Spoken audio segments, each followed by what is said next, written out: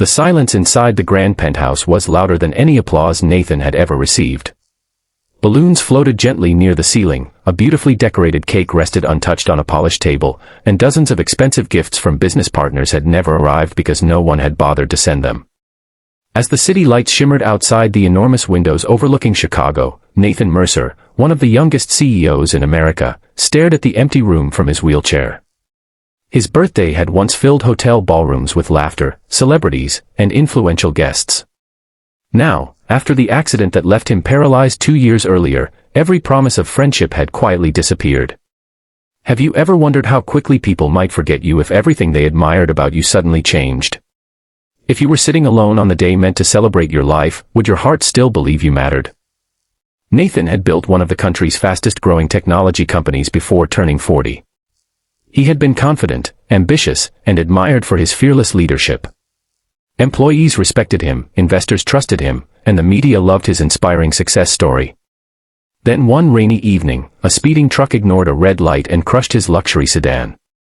He survived, but the damage to his spine changed everything. Although he returned to work determined to continue leading his company, many people no longer looked at him the same way. Invitations became fewer. Friends became too busy. Even relatives found excuses to stay away. They spoke to him with sympathy instead of respect, as though his wheelchair had stolen not only his ability to walk but also his worth. His assistant had organized a birthday gathering weeks in advance, sending invitations to executives, longtime friends, investors, and family members. One by one, messages arrived throughout the day explaining sudden emergencies, business meetings, illnesses, and unexpected travel. Nathan understood that not every excuse could be genuine, yet reading each message hurt more than he expected. By evening, the decorations remained perfect, but the room stayed painfully empty. The staff quietly left after wishing him a happy birthday, leaving him alone with memories that felt heavier than his wheelchair. At nearly 8 o'clock, someone knocked softly on the penthouse door. Nathan assumed it was security or building management checking on him. Instead, standing outside was Michael Carter, a hard-working single father who delivered groceries throughout downtown Chicago. Beside him stood his 9-year-old son, Samuel, holding a tiny homemade birthday card folded from colorful construction paper. Michael looked embarrassed as he explained that one of Nathan's grocery orders had accidentally been delayed earlier that week. When Samuel noticed balloons through the open doorway, he innocently asked if today was someone's birthday. Nathan forced a smile and admitted that it was his birthday.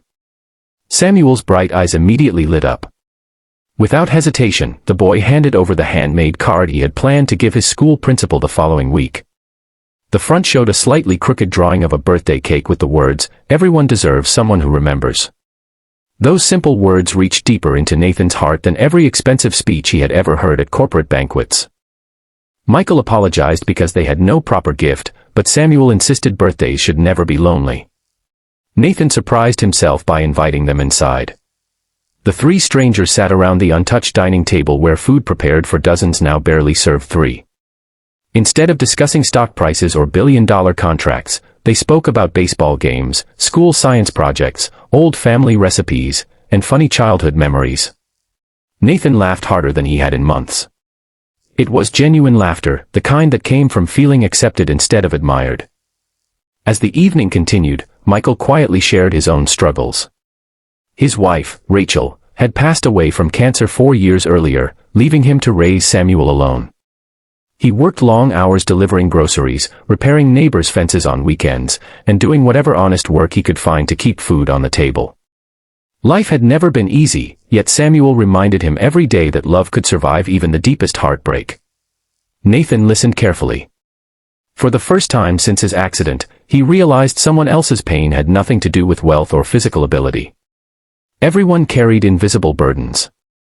Before leaving, Samuel insisted they sing, "Happy Birthday."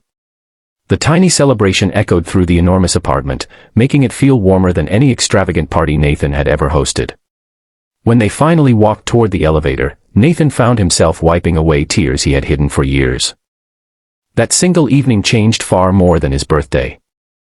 The following Monday, Nathan asked his executive team to investigate opportunities for hiring more people living with disabilities and parents struggling to re-enter the workforce. Some executives questioned the decision, believing productivity might suffer. Nathan calmly reminded them that character, determination, and compassion could never be measured on a resume alone. Policies changed. Offices became more accessible. Scholarships were created. Flexible schedules were introduced for single parents. The company slowly transformed into a place where people were valued for their hearts as much as their talents. Nathan also quietly searched for Michael. Instead of offering charity, he offered opportunity. Knowing Michael had years of practical experience managing deliveries and solving problems, Nathan invited him to oversee a new community outreach logistics program.